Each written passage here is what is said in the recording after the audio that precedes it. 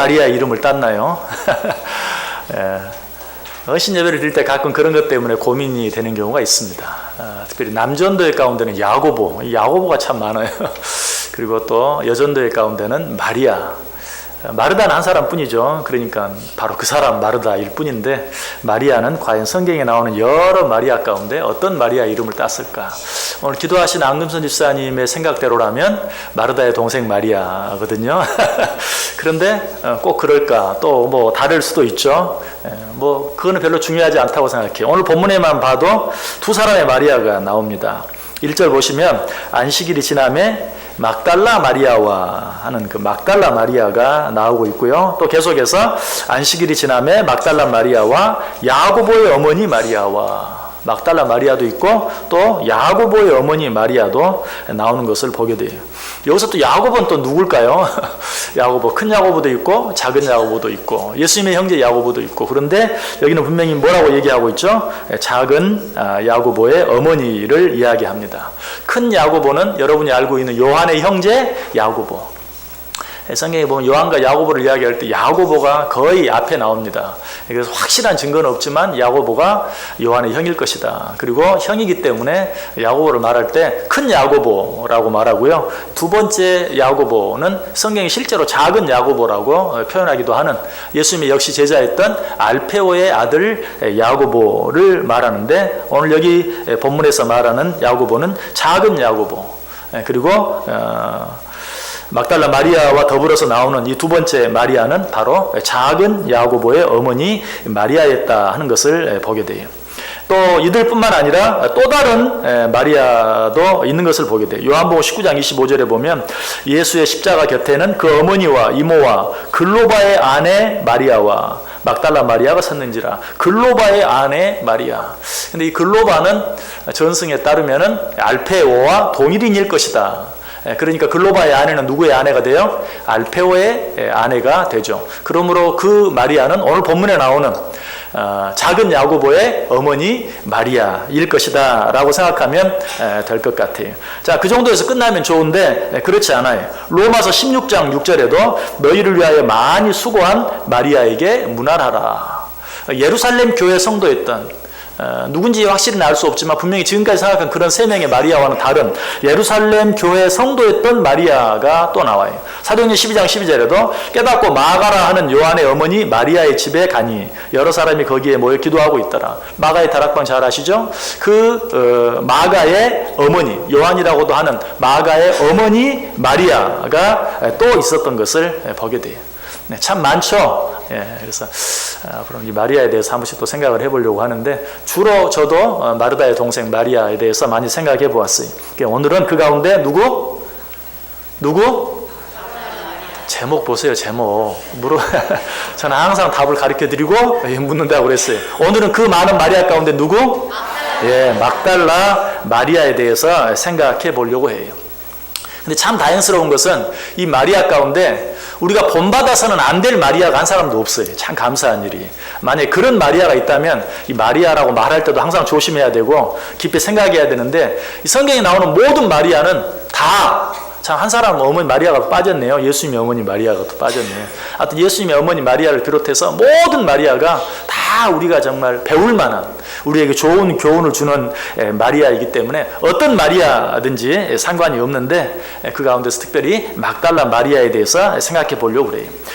마가복음 15장 41절에 보면 이들은 예수께서 갈릴리에 계실 때에 따르며 섬기던 자들이다.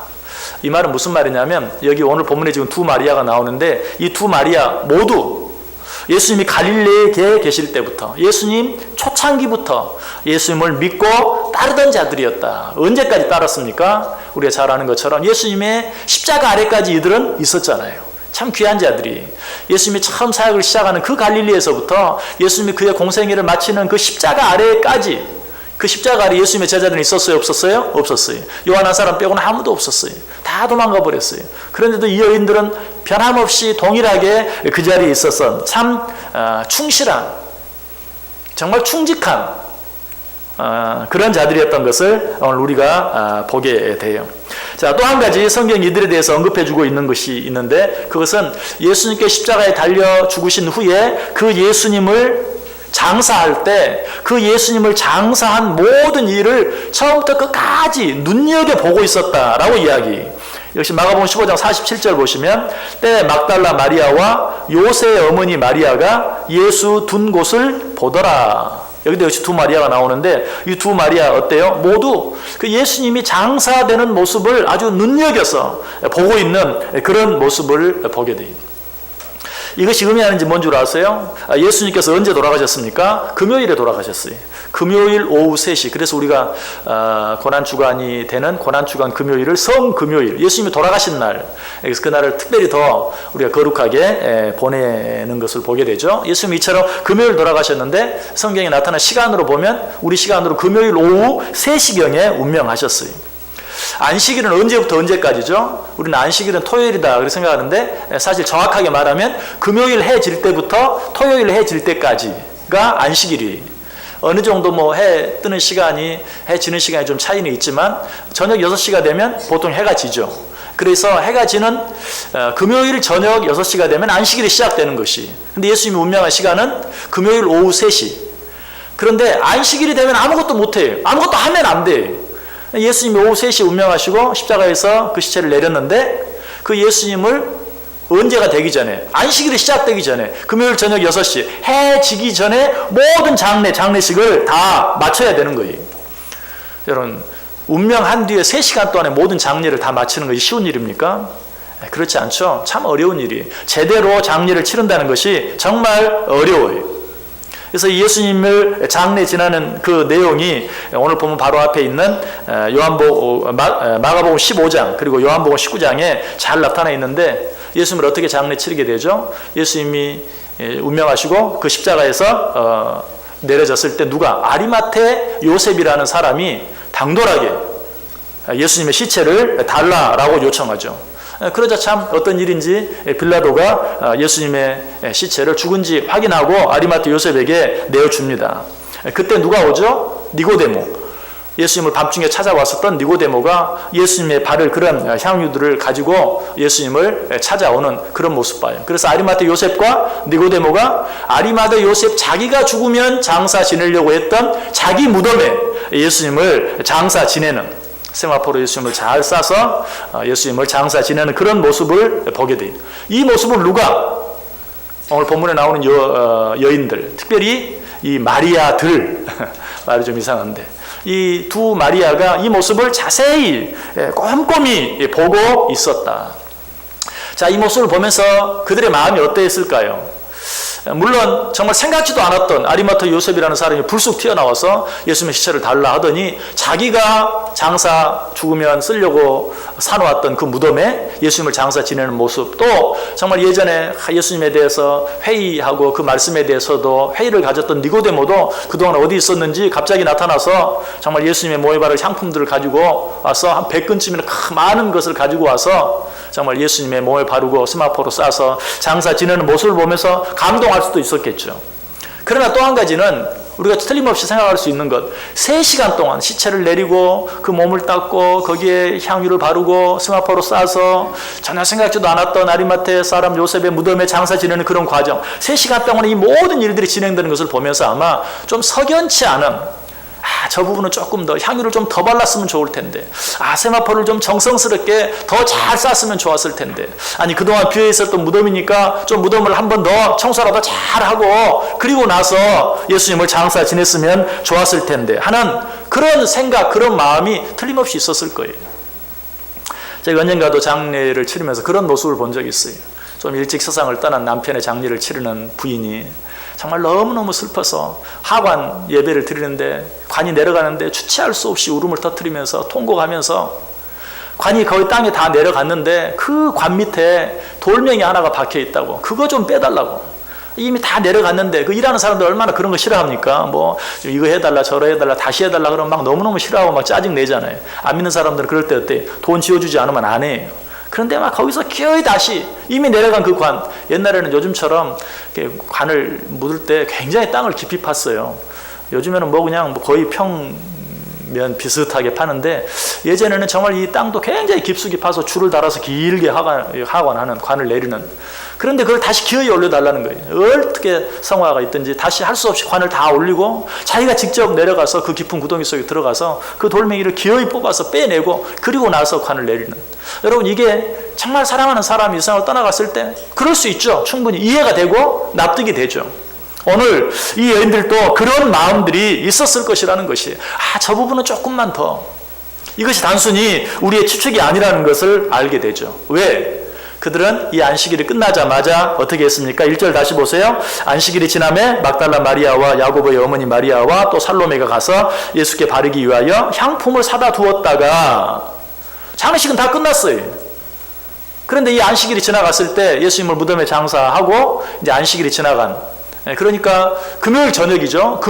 토요일 저녁이죠. 토요일 저녁이면 안식일이 끝나니까 그 토요일 저녁에, 그날 저녁에 예수님께 바르기 위해 향품을 사두었다. 틀림없이 안 돼. 다시 예수님의 몸에 향품을 다시 더 잘 발라야 돼. 그렇게 그냥 너무 대충, 너무 서둘러서 그렇게 해서는 안 돼 하는 그런 마음으로 향품을 사다 두었다라고 이야기하고 있어요. 그리고 나서는 어떻게? 그 다음날 안식 후 첫날 이른 새벽 그들은 즉시 어디로 달려갑니까? 손에 향품을 들고 예수님의 무덤으로 달려가는 모습을 보게 되죠.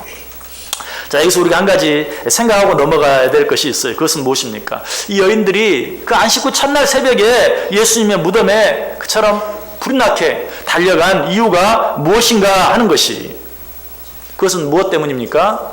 예수님의 몸에 한 번 더 향품을 바르기 위해서. 언뜻 생각하면 그럴 수 있어요.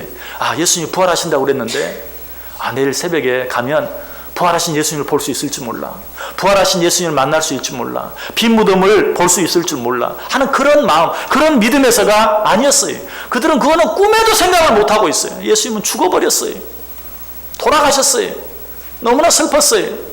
그런데 그 마지막 예수님 가는 모습 가운데 향품이라도 좀 더 잘 발라드렸으면 좋겠는데 그렇게 되지 못한 모습을 보면서 안타까워서 그 죽은 시체에 향품이라도 한번 더 발라보려고 그 이른 새벽에 예수님께 달려갔다는 것이 얼마나 무지한 모습입니까? 얼마나 미련한 모습입니까? 자, 이 여인들은 어떤 여인들이었다고요? 막달라 마리아를 비롯해서 이 여인들은 예수님을 갈릴리에서부터 쫓아다니던, 그러니까 어떻게 보면 누구보다도 더 오래, 누구보다도 더 많이 예수님을 쫓아다녔고 예수님을 알고 있는 그런 자가 언제까지? 예수님이 십자가에 달려 죽을 때까지, 아니 그가 무덤에 장사될 때까지도 정말 그 모습을 유심히 보고 있었던 그런 자들이었어요. 그럼에도 불구하고 어때요? 예수님이 그렇게 살아생전에 많이 말씀하셨던 나는 너희를 위해 죽어야 할 것이고 그리고 다시 부활할 것이다. 그 말씀을 전혀 생각하지 못하고 있어요. 다 잊어버렸어요. 새까맣게 잊어버렸어요. 그들은 오직 예수님의 시체에 향품 한 번 더 바르기 위해서 지금 예수님의 무덤을 향해 가고 있는 것이. 자, 그런데 그런 이 여인들 앞에, 이 막달라 마리아를 비롯한 이 여인들 앞에서 일어난 일은 어떤 일이었습니까? 놀라운 일이었죠. 무덤 문이 열려져 있었어요. 그리고 그 무덤 안에 들어가 보았을 때 누가? 천사가, 예수님 누워있던 그 자리 오른편에 한 청년, 한 천사가 있다가 그들에게 뭐라고 말합니까? 놀라지 말라. 너희가 십자가에 못 박히신 나사렛 예수를 찾는구나. 그가 살아나셨고 여기 계시지 아니하니라. 보라, 그를 두었던 곳이니라 라고 말하는 모습을 보게 돼요. 얼마나 놀라운, 지금 뭘 본 거죠? 부활하신 예수님을 직접 보지는 못했지만 정말 예수님께서 부활하신 현장을 그들이 제일 먼저 목격하게 된 것을 보게 돼요. 여기서 우리가 한 가지 중요한 사실을 배울 수 있어요.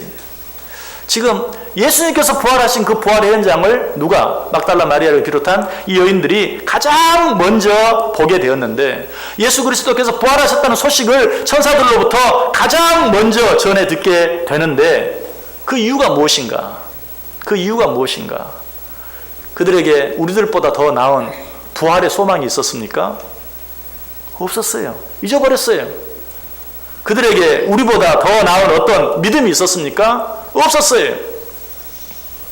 한 가지 억지로 한번 생각해 본다면 그들에게는 어떤 부활의 소망, 부활에 관한 지식이 있었다. 옛날 고대인들이 그 부활을 믿는 그 신앙, 부활을 믿는 믿음으로 사람이 죽으면 뭘 만들었죠? 미라를 만들었잖아요. 우리가 억지로 생각하면 그렇게 한번 맞춰볼 수 있어요. 아, 이들은 부활의 소망이 있었다. 그러니까 예수님이 부활하실 것을 믿고 예수님의 몸에 더 향품을 많이 발라서 부패되지 않게 해서 예수님을 미라로 잘 만들어서 그의 부활을 기다리려고 했다. 글쎄요, 뭐 그렇게 생각하면 뭐 꼭 부인할 것도 아니고 꼭 틀렸다고 말할 것도 아니에요. 그러나 분명 그가 나중 부활하신 예수님을 만났을 때나 모든 모습을 보았을 때 그들은 예수님의 부활은 지금 잊어버렸어요.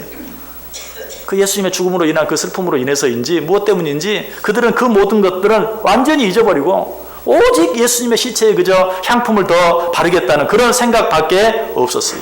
부활에 대한 소망도 없었고 부활에 대한 믿음도 없었어요. 부활에 대한 어떤 그런 특별한 지식도 없었어요. 그것을 가장 확실하게 보여주는 증거가 뭐라고요? 그들 손에 들려있는 향품이었어요. 그런데 왜 하나님께서는 그런 자들에게 부활의 현장을 가장 먼저 목격하게 하시고 부활의 그 기쁜 소식을 천사를 통해서 가장 먼저 듣게 해주시는가? 그것은 다른 건 다 몰라도 그들 속에 있는 예수님을 향한 너무나 간절한 사랑, 예수님을 향한 그들의 사랑이 너무나 간절했다는 것을 우리 하나님은 아셨어요. 우리 주님은 아셨어요. 그래서 그들에게 빈 무덤을 제일 먼저 보여주셨고 그들에게 부활의 기쁜 소식을 제일 먼저 들을 수 있도록 해주셨던 것이 예수님에 대한 사랑과 예수님에 대한 감사. 너무 무지해서 우리들이 그런 것처럼 너무 무지해서 그 인간적인 슬픔 때문에 예수님의 부활에 대해서 깡그리 잊어버리고 있었지만 그러나 그들의 마음속에 무엇이 있었어요? 예수님을 향한 간절한 사랑 그리고 예수님에 대한 너무나 큰 감사가 그들 속에 있었어요. 그들 안에 넘쳐나는 그들의 사랑 그리고 그들의 그 감사하는 마음이 그들로 하여금 부활의 기쁨과 감격을 누구보다 먼저 목격하고 듣게 되는 그런 은혜를 체험하게 되었다는 사실이 이 막달라 마리아에 대한 성경에 대한 모든 기록을 보면 다 그 주님을 향한 사랑과 깊은 관계가 있는 것을 보게 돼요. 마태복음 27장 55절 56절 예수를 섬기며 갈릴리에서부터 따라온 많은 여자가 거기 있어 멀리서 바라보고 있으니 그 중에는 막달라 마리아와 또 야고보와 요셉의 어머니 마리아와 또 세베대의 아들들의 어머니도 있더라. 여기서도 지금 예수님의 그 돌아가시는 모습, 장례 지내는 모습을 정말 안타까운 눈으로 간절한 마음으로 바라보고 있는 여인 가운데 막달라 마리아가 있죠. 마태복음 21장 59절 이하에 요셉이 시체를 가져다가 깨끗한 새아포로 싸서 바위 속에 판 자기 새 무덤에 넣어 두고 큰 돌을 굴려 무덤문에 넣고 가니 거기 막달라 마리아와 다른 마리아가 무덤을 향하여 앉았더라. 장사 지내는 그 모든 모습 거기에 어떤 하객도 없었어요. 오직 이 막달라 마리아와 다른 마리아가 그 장사 지내는 무덤을 끝까지 보고 있고 그리고 그 무덤문 앞에 앉아 있는 그런 모습을 보게 돼요. 얼마나 간절한 모습이. 마태복음 28장 1절에도 안식일이 다 지나고 안식 후 첫날이 되려는 새벽에 막달라 마리아와 다른 마리아가 무덤을 보려고 갔다. 이미 생각해 봤죠? 마가복음 15장 40절 멀리서 바라보는 자들도 있었는데 그 중에 막달라 마리아와 또 작은 야고보와 요새 어머니 마리아와 또 살로메가 있었다. 마가복음 15장 47절에도 막달라 마리아와 요새의 어머니 마리아가 예수 둔 곳을 보더라. 마가복음 16장 1절 2절에 안식일이 지남에 막달라 마리아와 야고보의 어머니 마리아가 또 살로메에 가서 예수께 바르기 위하여 향품을 사다 두었다가 안식 후 첫날 매우 일찍이 해돋을 때 그 무덤으로 가며 그리고 마가복음 16장 9절에도 예수께서 안식 후 첫날 이른 아침에 살아나신 후 전에 7 귀신을 쫓아내어 주신 막달라 마리아에게 먼저 보이시니 누가복음 24장 8절 이하에 그들이 예수의 말씀을 기억하고 무덤에서 돌아가 이 모든 것을 11사도와 다른 모든 이에게 알리니 이 여자들은 막달라 마리아와 요한나와 야고보의 모친 마리아라. 또 그들과 함께한 다른 여자들도 이것을 사도들에게 알리니라. 예수 그리스도와 관계된 그런 모든 일들 속에 누가 막달라 마리아가 빠지지 않냐고 계속해서 나오고 있는 모습을 보게 돼요. 그 예수님을 향한 그 간절한 마음이 예수님을 향한 그들의 사랑이 어떠했는가 하는 것을 우리에게 잘 보여주고 있어요. 그런데 지금까지 이런 내용들은 다 간접적인 내용들이었고 보다 특별히 막달라 마리아가 예수님을 얼마나 사랑했는가 하는 것에 대한 직접적인 구절이 누가복음 7장 47절에 나와요. 이러므로 내가 내게 말하노니 그의 많은 죄가 사하여졌도다. 이는 그의 사랑함이 많음이라. 사함을 받은 일이 적은 자는 적게 사랑하느니라. 막달라 마리아는 예수님께 그의 큰 죄, 많은 죄를 용서받았다. 그래서 그가 예수를 사랑하는 그 사랑하는 마음이 누구보다도 크고 많았다. 그의 사랑함이 많은지라라고 이야기하고 있어요. 그래서 예수님께서 돌아가셨을 때 정말 예수님의 몸에 향품을 바르기 위해서 향품을 들고 가는 그 모습은 참 무지한 모습이고 미련한 모습이고 어떻게 보면 참 믿음이 너무 부족한 그런 모습이지만 분명한 것은 예수님을 향한 뜨거운 사랑이 그 속에 넘쳐났다라고 이야기하고 있어요. 예수님께서도 이런 사실을 비유로 이야기한 것이 있죠. 500데나리온 빚진 자와 50데나리온 빚진 자를 주인이 탕감해 줬어요. 그때 말합니다. 누가 더 그 주인에게 감사하겠느냐? 당연히 500데나리온 빚진 자가 더 많이 감사하겠죠. 오늘 막달라 마리아의 마음이 그러했어요. 막달라 마리아는 많은 죄를 용서받았어요. 그래서 그는 예수님에 대한 감사가 남달랐어요. 예수님에 대한 사랑이 남달랐어요. 여러분, 우리가 주께 용서받은 죄는 어떤 죄입니까? 우리의 죄는 어떤 죄였죠? 시편 130편 3절의 말이에요. 여호와여 주께서 죄악을 지켜보실진데 주여 누가 서리이까? 우리의 죄는 어떤 죄였냐면 주님께서 우리가 지은 죄대로 우리를 심판하시면 하나도 살아남을 자가 없는 죽을 수밖에 없는 죄인들이었어요. 여러분, 죽을 수밖에 없는 죄인이라는 말을 들을 때마다 얼마나 은혜를 받으십니까? 뭐 설교를 하든지 성경을 보든지 뭐 제일 많이 나오는 말이 죽을 수밖에 없는 죄인, 또 한 번 나왔나 보다 라고 생각하고 지나가지 않습니까? 우리가 지은 죄대로 하나님이 우리의 죄값을 물으시면 아무도 살아남을 수가 없는 그런 큰 죄인들이었어요. 여러분, 주님께서 우리의 죄를 위해 십자가에 달려 죽어주셨다. 그 은혜는 너무나 큰 은혜예요. 그러나 그 은혜를 받아들이는 우리들의 모습은 천차만별이에요. 내 죄가 50데나리온 정도 된다라고 생각하면 감사합니다. 용서해 주셔서. 자, 여러분이 어떤 사람에게 50만 원 빚졌는데 50만 원 빚 갚아주면 어때요? 감사하긴 하죠. 하지만 뭐 그럴 수도 있지 뭐 좀 여유 있는 사람이 뭐 그럴 수도 있는 거지. 그러나 그 돈이 500만 원, 5천만 원, 5억이 되면 어떻습니까? 그럴 수도 있지. 그 정도가 아니죠. 그 앞에 그냥 납작 엎드려서 정말 감사합니다. 그 빚 탕감해 주지 않았으면 나는 죽었을 터인데 나와 내 온 식구들이 정말 스스로 목숨을 끊고라도 죽을 수밖에 없었는데 그 빚을 탕감해 주셔서 정말 감사합니다. 그 감사가 같을 수가 없죠. 예수님이 우리 죄를 위해 십자가에 달려 죽어주셨어요. 그런데 그 은혜를 여러분이 얼마만큼 느끼고 얼마만큼 감사합니까? 그것은 내 죄가 얼마나 컸냐라고 생각하는 것과 관계가 있어요. 비례해. 내 죄가 5데나리온밖에 안 된다면 주님이 나를 위해 죽어주신 그 은혜도 겨우 5데나리온짜리밖에 안 돼요. 50데나리온 정도 된다고 하면 예수님의 그 죽음은 나에게 50데나리온의 가치밖에 없어요. 500데나리온 정도 되면 그보다 훨씬 크죠. 한 데나리온이 한 사람의 하루 품삯이었다라고 생각하면 500데나리온은 정말 우리가 어떤 한 사람이 2년 동안 평생을 벌어야 될 만한 그런 돈. 뭐 그것도 작다고 하면 작을 수도 있는데 어쨌든 그 정도의 죄나 그 정도의 빚을 탕감받았다면 누구라도 그 앞에 크게 감사할 수밖에 없을 거예요. 여러분이 용서받은 그 죄가 어느 정도 된다고 생각하세요? 오늘 이 막달라 마리아는 자기는 죄로 말미암아 죽을 수밖에 없는 자라고 분명히 알았어요. 엄청난 죄인이었다고 그는 생각했어요. 그런데 그 죄를 예수님께서 용서해 주셨어요. 누구도 용서해 줄 수 없는, 어디 가서도 용서받을 수 없는 죄를 주님이 용서해 주셨다고 믿기 때문에 그 주님을 향한 막달라 마리아의 사랑은 엄청나게 컸다라는 것이. 여러분이 주님을 향해서 감사하지 못하는, 그리고 주님을 많이 사랑하지 못하는 이유가 있다면 무슨 이유입니까? 여러 가지 많은 이유들이 있을 거예요. 지금 내 형편이 너무 힘들고 어려워서, 지금 뭐 내가 주님께 감사하고 주님을 사랑하기에는 내 형편이 너무 힘들고 어려워서, 아니 그것 때문이 아니죠. 아니 내가 주님께 감사하고 주님을 사랑하는데 어떤 사람이 걸림돌이 돼가지고 그 사람 때문에 나는 좀 더 하나님을 더 사랑하고 하나님께 더 감사하는 삶을 살고 싶은데 그 사람만 보면 그런 마음이 사라져버리고, 여러분 정말 그 사람 때문입니까? 아니, 주님께서 용서해 준 내 죄가 얼마나 큰 것인가를 내가 깨닫지 못하기 때문이에요. 여러분 신앙생활하면서 기쁘게 살지 여러분 신앙생활하는데 기쁩니까? 혹 별로 글쎄요, 뭐 기쁜 것 같기도 하고 안 기쁜 것 같기도 하고. 그렇다면 그 이유가 무엇이에요? 방금 말씀드린 것처럼 내 삶이 너무 힘들어요. 내가 너무 피곤해요. 나를 괴롭히는 어떤 사람이 있어요.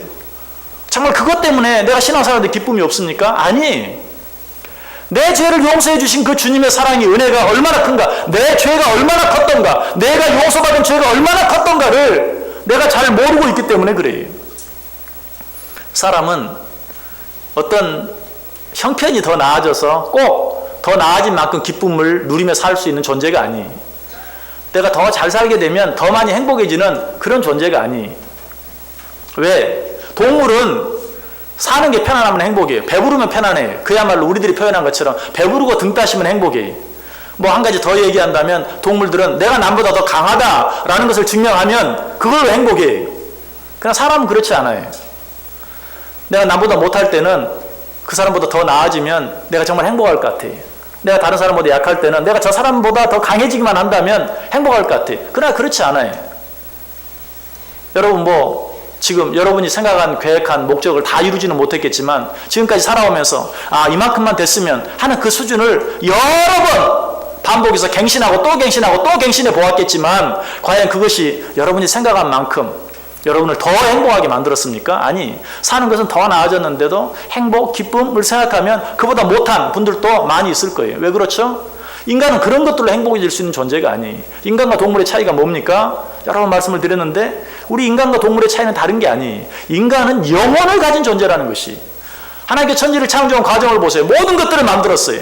사람만 흙으로 만든 게 아니라 동물도 흙으로 빚어 만들었어요. 그러나 사람에게만 무엇을 주셨어요? 영을 주셨어요. 영혼을 주셨어요. 사람은 어떻습니까? 그 영혼이 만족감을 얻지 못하면 행복할 수 없어요. 기쁠 수 없어요. 아무리 많은 것을 정말 쌓아둘 곳이 없을 만큼 쌓아두어도 영혼이 행복하지 못하면, 그러면 우리의 영혼은 어떻게 행복을 누리게 됩니까? 영혼이 있다는 말을 가장 쉽게 말하면요, 인간에게는 죄의식이 있다라는 말이에요. 동물은 죄의식을 느끼지 못합니다. 그래서 아주 추악한 더러운 짓을 하는 사람을 보고 뭐라고 말하죠? 저런 개, 놈. 저런 개, 그게 뭐예요? 여러분 개를 키우시는 분들 있죠? 개가 어때요? 사람보다 나은 개가 많아요. 그래서 여러분들 개 키우시는 분들은 아유 진짜 정말 개 맛도 못한 사람이 많다.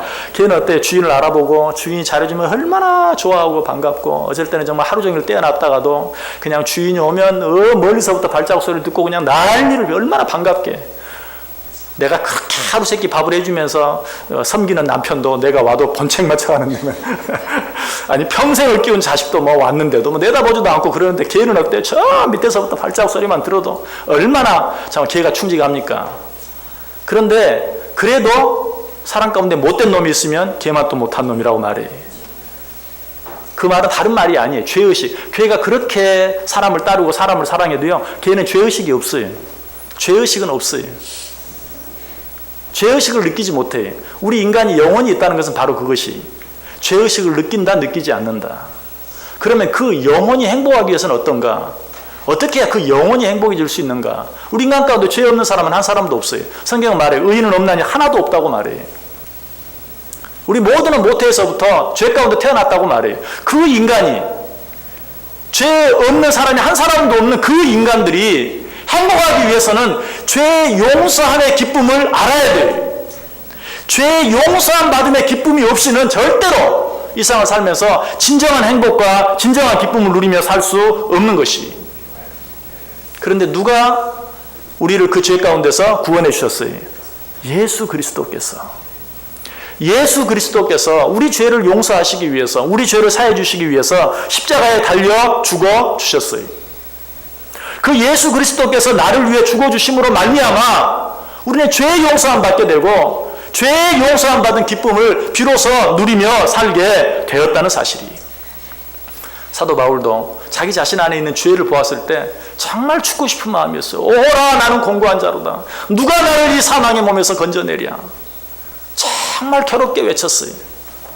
그러나 예수 그리스도께서 자기의 모든 죄를 사하셨다는 사실을 깨닫게 되었을 때 비로소 그 모든 것들로부터 자유함을 얻게 되었던 것이. 그래서 로마 7장 24절에 오호라 나는 공고한 사람이로다. 이 사망의 몸에서 누가 나를 건져내랴 라고 탄식한 후에 바로 그 다음 절에 우리 주 예수 그리스도로 말미암아 하나님께 감사하리로다. 왜? 정말 어떻게 할 수 없는 그 죄의 고통 가운데서 우리 주 예수 그리스도께서 나를 건져내 주셨기 때문에 나는 그 주 예수 그리스도께 감사하겠다라고 말하고 있어요. 장은 바뀌지만 계속해서 로마서 8장 1절 2절에 그러므로 이제 그리스도 예수 안에 있는 자에게는 결코 정죄함이 없나니 이는 그리스도 예수 안에 있는 생명의 성령의 법이 죄와 사망의 법에서 너를 해방하였음이니라. 예수 안에 있는 생명의 성령의 법이 죄와 사망의 법에서 너를 해방하였다. 이 은혜를 누가 뺏어갈 수 있어요? 없어요? 없어요. 로마서 8장 34절에 말합니다. 누가 정죄하리요? 죽으실 뿐 아니라 다시 살아나신 이는 그리스도 예수시니 그는 하나님 우편에 계신 자요 우리를 위하여 간구하시는 자시니라. 이 은혜, 이 축복, 이 죄사함의 은혜, 이 죄사함의 축복이 저와 여러분에게 주어진 것을 믿으십니까? 여러분, 이 사실을 믿을 수 있어야 돼요. 이 사실을 잊지 말아야 돼요. 우리가 하나님에 대해서 아무것도 몰라도, 예수님에 대해서 아무것도 몰라도, 내가 신앙생활하는 연륜이 너무나 짧다 하더라도, 그럼에도 불구하고 예수님께서 내 죄를 위하여 죽어주셨다는 사실을 깨달을 수만 있다면, 그 사실을 인정하기만 한다면 우리는 막달라 마리아처럼 주님을 사랑할 수 있어요. 그리고 주님께 감사할 수 있어요. 그리고 그런 우리에게 정말 다른 것은 내세울 것이 하나도 없지만 예수님께서 죽을 수밖에 없는 나를 위해 대신 죽어주심으로 내 죄를 용서해 주시고 나를 구원해 주시고 내게 참 자유를 주셨다는 사실을 내가 진정으로 인정할 수만 있다면 우리는 우리의 삶 속에서 막달라 마리아가 체험했던 것처럼 부활하신 예수 그리스도의 그 놀라운 은혜, 그 놀라운 사랑을 날마다 체험하고 누리며 살아갈 수 있는 것이, 내가 무엇을 크게 잘못하고 내가 성경에 대해서 많이 알지 못해서 그 부활의 기쁨과 감격을 놓치고 사는 게 아니, 가장 기본적인 예수님이 내 죄를 위해 죽으셨다는 그 사실, 내 죄가 죽을 수밖에 없을 만큼 사형에 해당하는 큰 죄였다는 사실을 내가 부인하고 인정하지 않기 때문에 주님께서 우리에게 주시길 원하시는 그 부활의 기쁨과 감격을 누리지 못하며 살고 있다는 것이, 오늘 마리아 예전대 헌신 예배를 드립니다.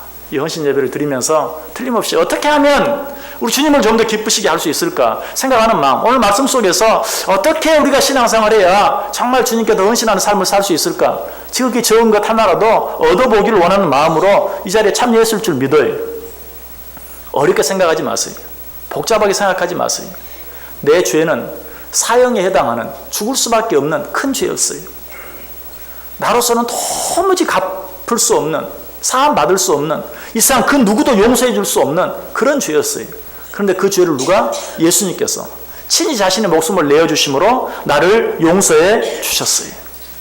오늘 막달라 마리아, 또 다른 여인들, 지금 우리 눈으로 보면 너무 무지했어요. 어리석었어요. 아니, 예수님이 그렇게 부활하신다고 얘기했는데 지금 무슨 예수님의 시체에 바를 향품이나 들고 도대체 무슨 짓인가? 칭찬할 일이 아무것도 없어요. 그러나 그들 속에 있는 것들이 있었어요. 예수님을 향한 사랑, 예수님을 향한 감사, 특별히 막달라 마리아, 주님께서 용서해 주신 내 죄가 얼마나 큰 죄였는가. 그것으로 인해서 그는 예수님 곁을 잠시도 떠날 수 없었어요. 예수님은 그 마음을 아시고 부활의 현장을 가장 먼저 목격할 수 있게 해주시고 부활의 그 감격적인 소식을 천사를 통해서 가장 먼저 들려주셨어요. 여러분, 이런 은혜, 이런 축복을 받아 누리길 원하십니까? 정말 나를 향한 그 주님의 사랑을 잊지 마세요. 내 모든 죄를 위해 대신 죽으신 그 주님 앞에 진정으로 감사하며 살아보세요. 그런 자들의 입에서는 어떤 원망, 불평, 짜증 나올 수가 없어요. 오늘 우리 찬양대가 나 같은 죄인 살리신 찬양했는데 정말 그런 찬양이 우리 입에서 늘 나올 수밖에 없어요. 나 같은 죄인 살리신 주 은혜 놀라워 잃었던 생명 찾았고 광명을 얻었네. 큰 죄악에서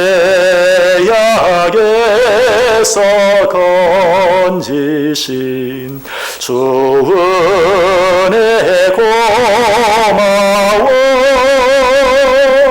나 처음 믿은 그 시간 귀하고 귀하다. 오늘 헌신 예배를 드리는 우리 마리아 전대 회원들, 우리의 삶은 항상 똑같습니다. 많이 달라지지 않아요. 사람 사는 곳은 다 똑같다라는 말이 있는 것처럼 우리가 육신을 가지고 세상을 살아가는 동안 우리의 삶의 모습은 다 비슷합니다. 이 문제만 해결되면 아니, 그 문제 해결돼도 소용없어요. 저 사람만 없어지면 아니, 그것도 소용없어요. 우리가 우리의 삶을 행복하게 사는 이유는 정말 나를 죄 가운데서 구원해 주신 그 하나님의 은혜가 얼마나 큰가 하는 것을 깨닫는 것뿐이에요. 그리고 방금 불렀던 찬송처럼 나 같은 죄인 살려주신 그 주님의 은혜에 감사하며 찬송하며 살아갈 때 우리는 비로소 행복할 수 있고, 나로서는 도무지 할 수 없을 것 같은 그런 일들을 할 수 있는 힘이, 능력이, 은혜가 우리 가운데 주어진다는 것이, 오늘 이 막달라 마리아에게 주어졌던 이 은혜가 막달라 마리아의 마음속에 있었던 주님을 향한 그 간절한 사랑, 주님을 향한 그 간절한 감사를 내가 가질 때 그 은혜가, 그 축복이 오늘 허신 예배를 드리는 우리 마리아 모든 여전대 회원들에게, 오늘 함께 예배하는 우리 온 성도들 위해, 우리 교회 위에 넘칠 수 있게 되기를 주님의 이름으로 간절히 축원합니다. 기도하겠습니다. 하나님 감사합니다. 우리는 정말 죽을 수밖에 없는, 아니 죽어야 마땅한 그런 죄인들이었습니다. 그러나 우리 주 예수 그리스도로 말미암아 내 모든 죄를 대신 지시고 십자가에 달려 죽게 하심으로 내 죄를 용서해 주시니 감사합니다. 이 은혜 잊지 않고 살게 해 주옵소서. 이 은혜 기억함으로 주님 더 사랑하고 주님께 더 감사하며 살아갈 때 막달라 마리아에게 주어졌던 그 부활의 놀라운 기쁜 소식이 우리 가운데 날마다 넘쳐나게 하여 주옵소서. 예수님의 이름으로 기도드리옵나이다. 아멘.